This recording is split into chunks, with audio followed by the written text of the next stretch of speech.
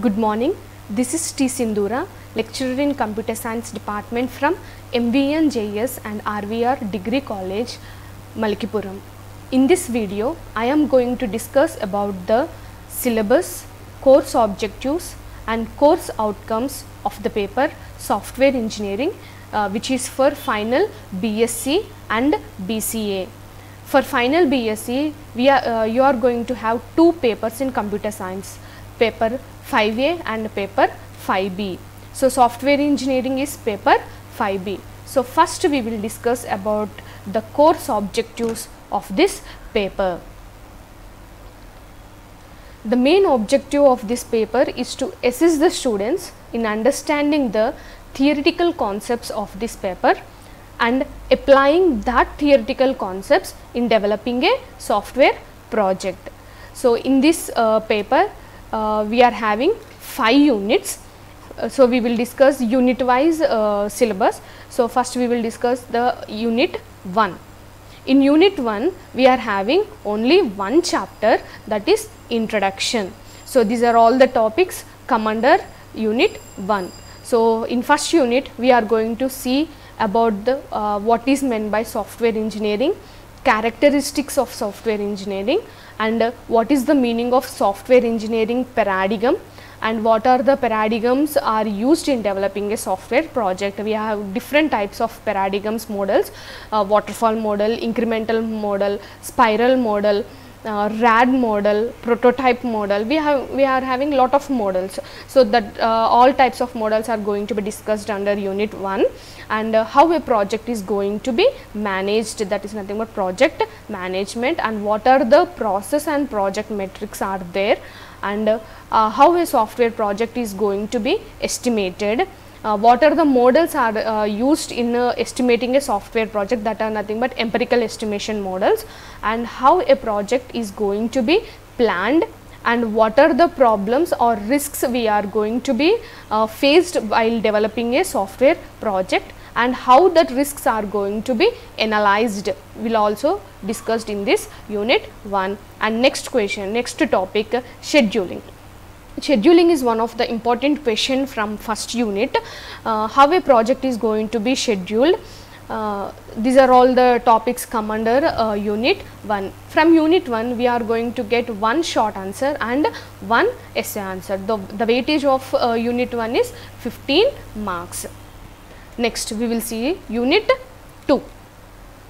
In unit 2 also we are having only one chapter, that is requirements analysis.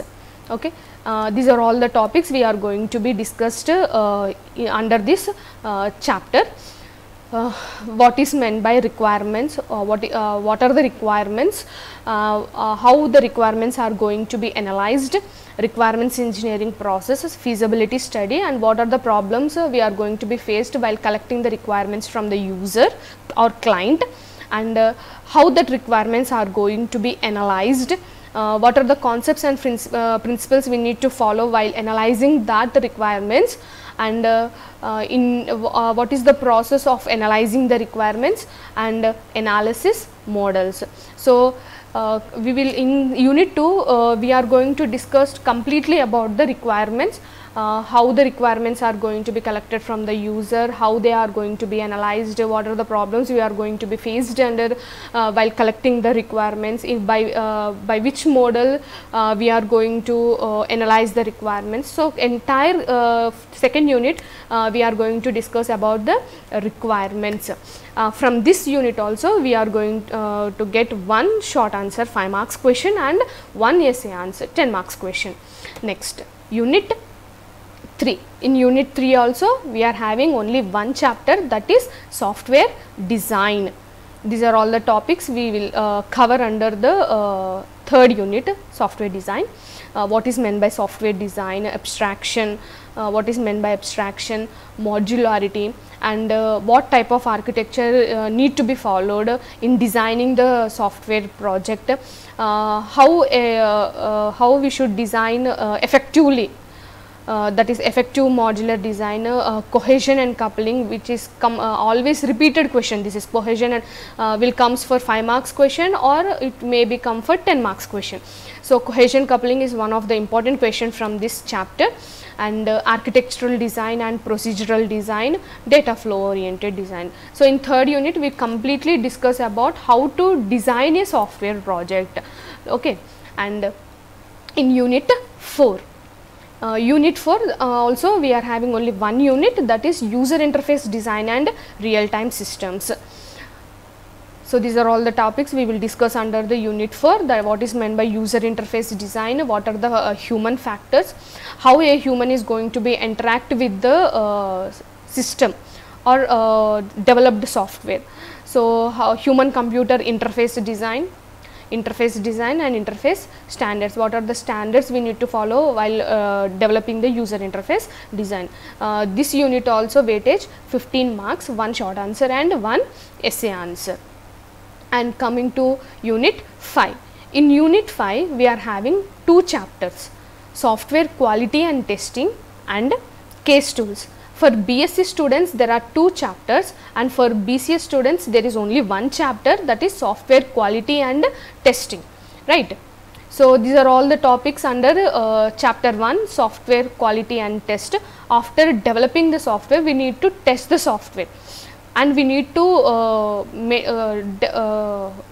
see the quality, how much quality we have developed the software. So what is meant by software quality assurance, quality metrics, software reliability, what is meant by software testing, and there are different types of testing mechanisms are there, like path testing, control testing, structure testing, black box testing, white box testing, integration, validation, and we are also going to see about what is meant by reverse engineering and re-engineering. And in case tools, second chapter case tools, these are the topics we are going to discuss under this chapter, that is what is meant by project management tools, analysis and design tools, what are programming tools, integration and testing tools, and case study. So these are all the 5 units we are going to discuss in this paper.